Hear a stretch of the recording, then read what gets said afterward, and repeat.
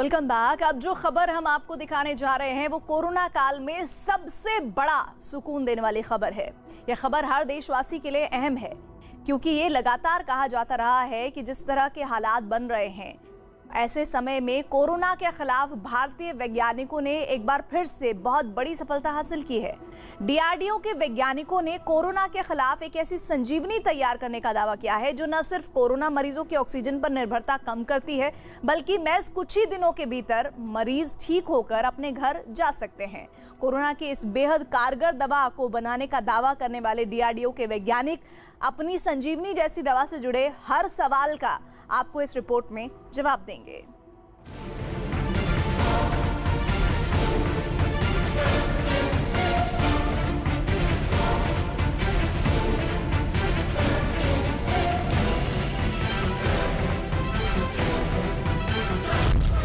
Corona काल की game changer दवा।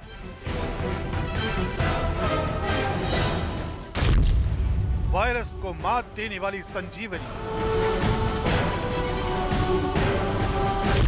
डीआरडीओ के वैज्ञानिकों का बड़ा दावा।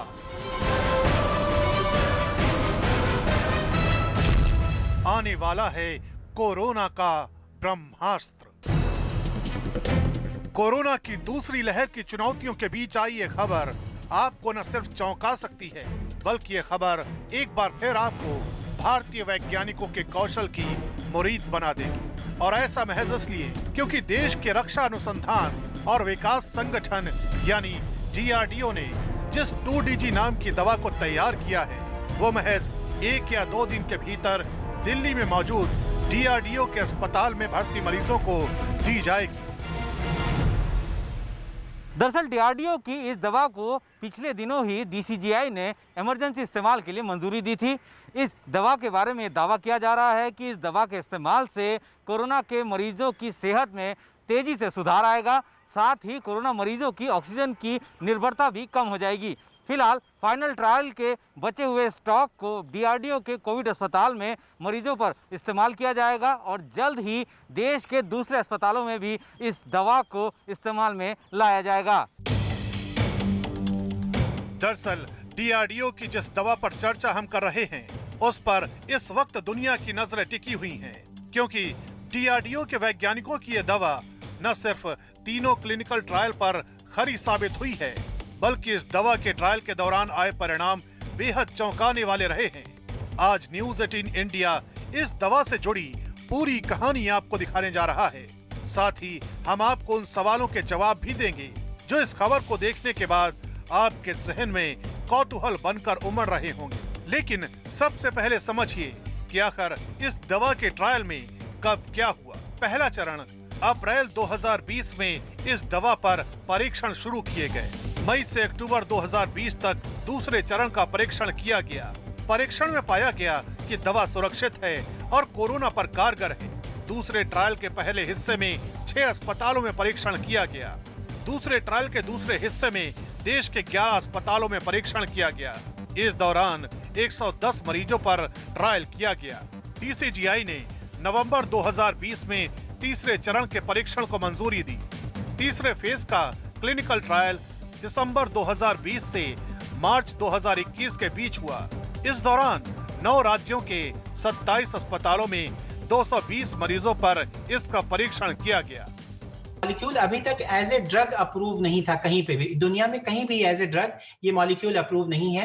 ये भारत में पहली बार ये molecule as a drug approve हुआ है और इसकी जो कोविड मरीजों में जो इसकी क्षमता है वो बहुत अच्छी तरीके से दिख रही है और उपचार की जो क्षमता है कोविड मरीजों में वो बहुत अच्छी तरीके से दिख रही है और मरीज इससे बेहतर तरीके से ठीक हो रहे हैं। डीआरडीओ के वैज्ञानिकों के सामने जो रिजल्ट आए वो उम्मीदों की नई किरण से कम नहीं था।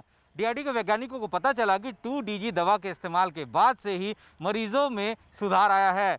तीसरे दिन से ही इस दवा ने अपना असर दिखाना शुरू किया और मरीजों के ऑक्सीजन की निर्भरता को 42% कम कर दिया। यही नहीं, इस दवा के इस्तेमाल से 65 साल से ज़्यादा उम्र के मरीजों में भी अच्छा खासा असर दिखाई दिया।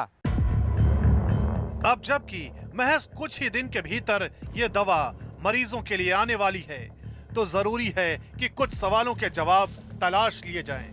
इन सवालों के जवाब के लिए हमने सीधे रुख किया उन वैज्ञानिकों की ओर जिन्होंने 2DG नाम की दवा को विकसित किया है।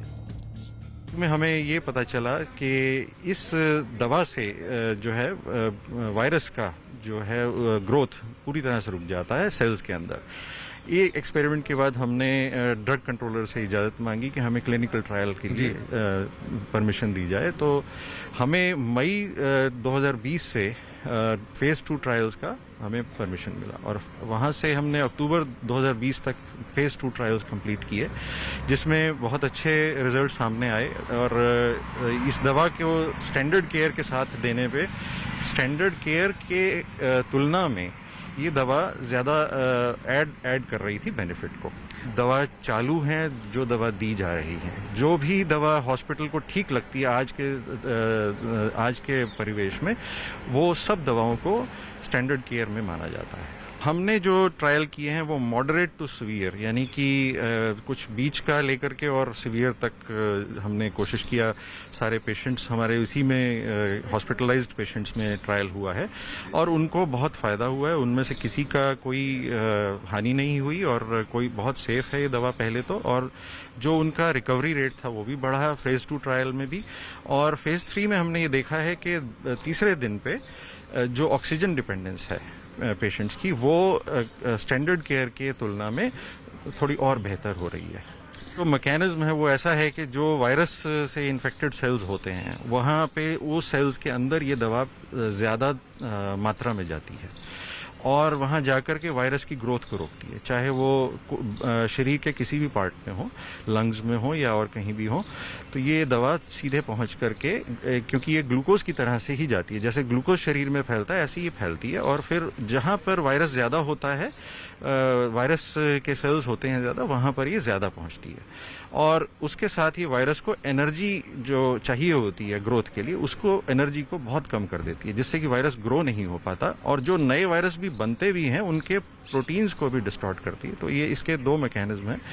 और ये वायरस जो है, ये वायरस के ऊपर जो इसका इफेक्ट है, इसकी वजह से हमने इसको प्रपोज किया था। और इसका क्लिनिकल ट्रायल में यही दिख रहा है कि जैसे ऑक्सीजन डिपेंडेंस की अगर हम बात करते हैं तो लंग्स में भी इसका, क्योंकि ये पता है कि लंग्स में भी जाती है, उस हिसाब से हम बता रहे हैं कि जो लंग्स का ऑक्सीजन डिपेंडेंस से बहुत ताल्लुक है।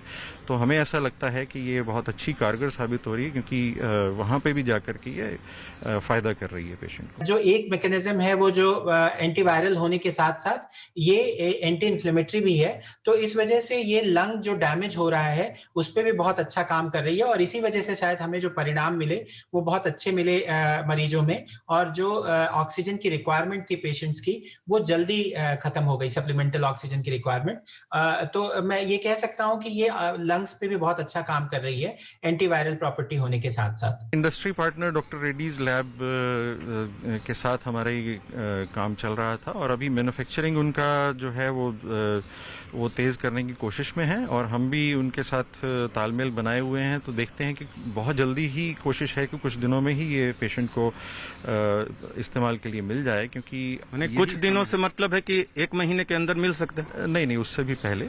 तो उम्मीद यही है कि कुछ दिनों में मिल जाएगा। ये जो जहाँ तक मुझे मेरी जहाँ तक नॉलेज जाती है तो इसके रॉ मटेरियल में कोई दिक्कत नहीं। तो बाकी तो डॉक्टर रेड्डीज लैब एग्जैक्टली बता पाएंगे कि वो कैसे कहाँ से प्रोविजन करते हैं, बट हमें ये पता है कि इसका रॉ मटेरियल में कोई दिक्कत नहीं है। इतना मैं ज़रूर बताऊंगा कि जितने पेशेंट्स को हमने ये दवाई दी है वो सब रिकवर किए हैं और स्टैंडर्ड केयर में भी रिकवर करते हैं पेशेंट्स, लेकिन कुछ पेशेंट्स को दिक्कत होती है, लेकिन इसमें सब रिकवर किए हैं अच्छे से। तो हम उम्मीद कर रहे हैं कि जो भी पेशेंट्स ये लेंगे उनको ज़रूर फ़ायदा होगा इससे, यही उम्मीद है। जाहिर है कोरोना काल में इस नई संजीवनी के आने के बाद न सिर्फ भारत की दूसरे देशों पर निर्भरता कम होगी, बल्कि DRDO के दावे के मुताबिक कोरोना के लगातार बढ़ते मामलों पर भी लगाम कसी जा सकेगी।